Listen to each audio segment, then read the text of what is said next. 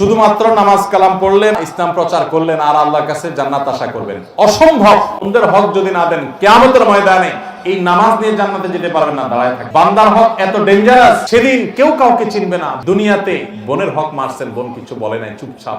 আপনি বলছেন ওরা তো চায় নাই, কিয়ামতের ময়দানে ঠিকই নিবে। অতএব বন্দের হক দিবেন তো সবাই ইনশাআল্লাহ?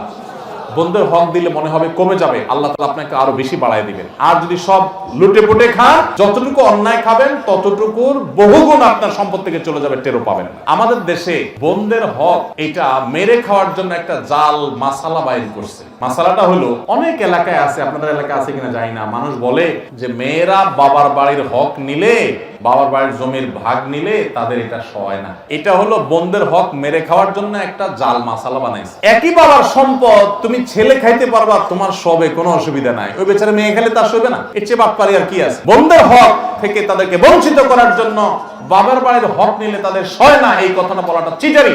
যারা বলে তারা সব প্রতারকের দল। অতএব বন্ধের হক দিবেন তো ইনশাআল্লাহ?